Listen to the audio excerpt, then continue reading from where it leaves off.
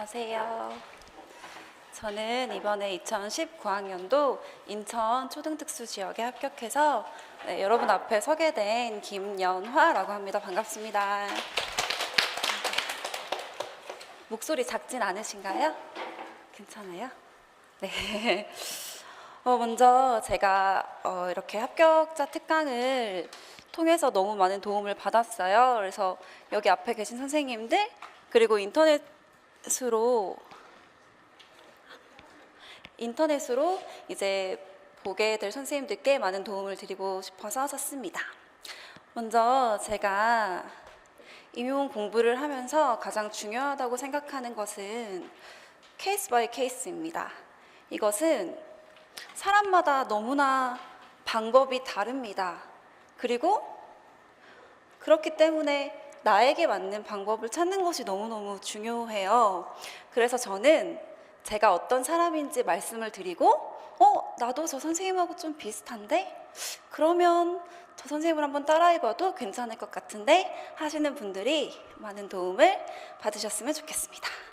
저는 일단 필기하는 것을 너무너무 싫어합니다. 혹시 있으신가요? 필기하는 거 싫어하시는 분? 없으시는가요?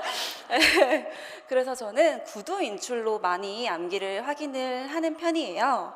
그리고 두 번째로는 스터디원과 함께 공부했을 때 조금 더 열정 있게 공부하는 사람이에요. 그리고 세 번째로는 공부를 할 때 암기를 무조건 하는 것이 아니고 이해를 한 다음에 암기를 하는 것을 중요하게 생각합니다. 네, 그래서 이런 저의 성향을 토대로 제가 당당하게 공부했던 지름길을 설명해 드리고 싶습니다.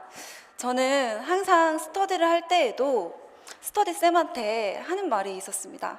선생님, 우리 가성비 갑의 공부를 합시다. 저는 공부를 오랜 시간 하는 것을 좀 힘들어하는 편이었어요. 그래서 어떻게 하면 조금 공부하고 많이 외울까?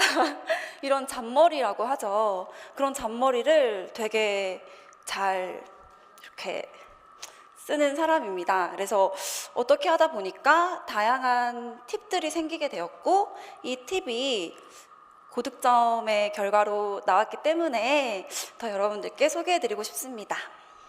먼저 특수교육학이라고 되어 있는 1번 부분부터 한번 말씀드리겠습니다.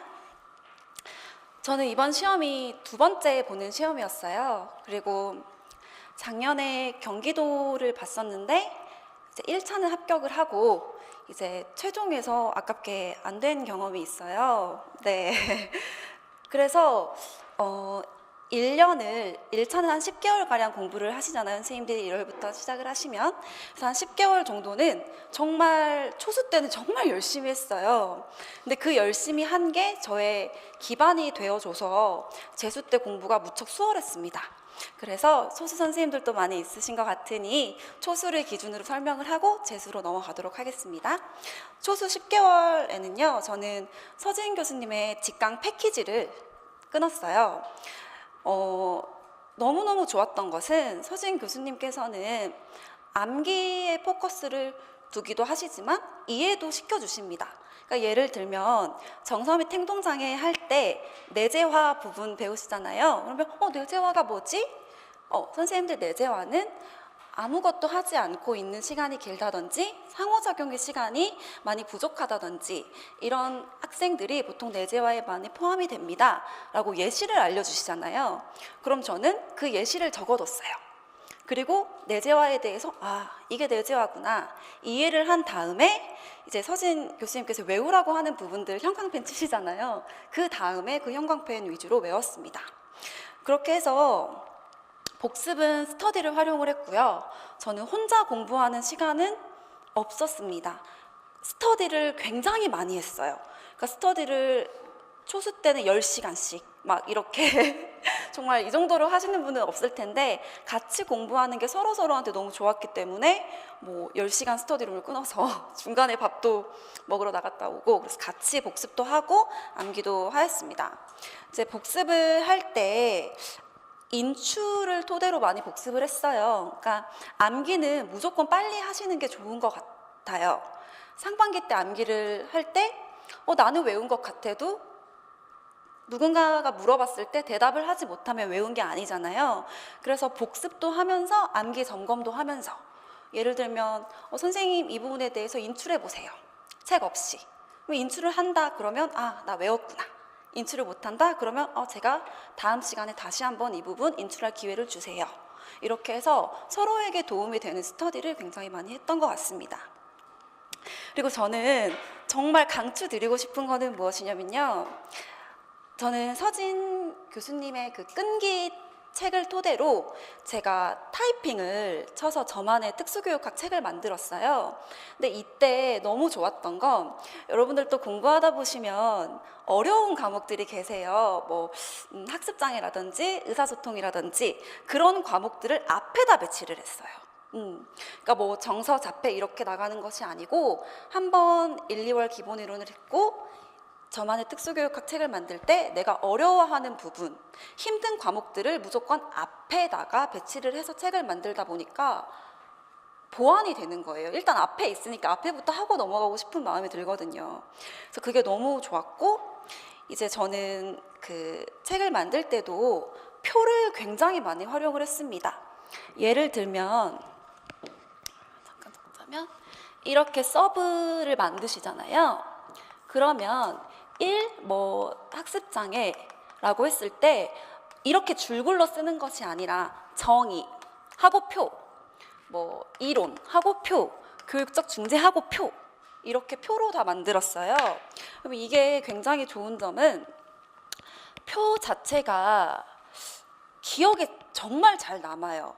그래서 시험 문제를 봤을 때 이 부분은 이번에 두 번째 표에 있던 내용인데, 이런 식으로 표 자체가 큰 하나의 사각형이잖아요. 그러니까 기억을 할 때 나도 모르게 구조화가 저절로 됩니다. 그래서 표는 진짜 너무너무 강추합니다. 네.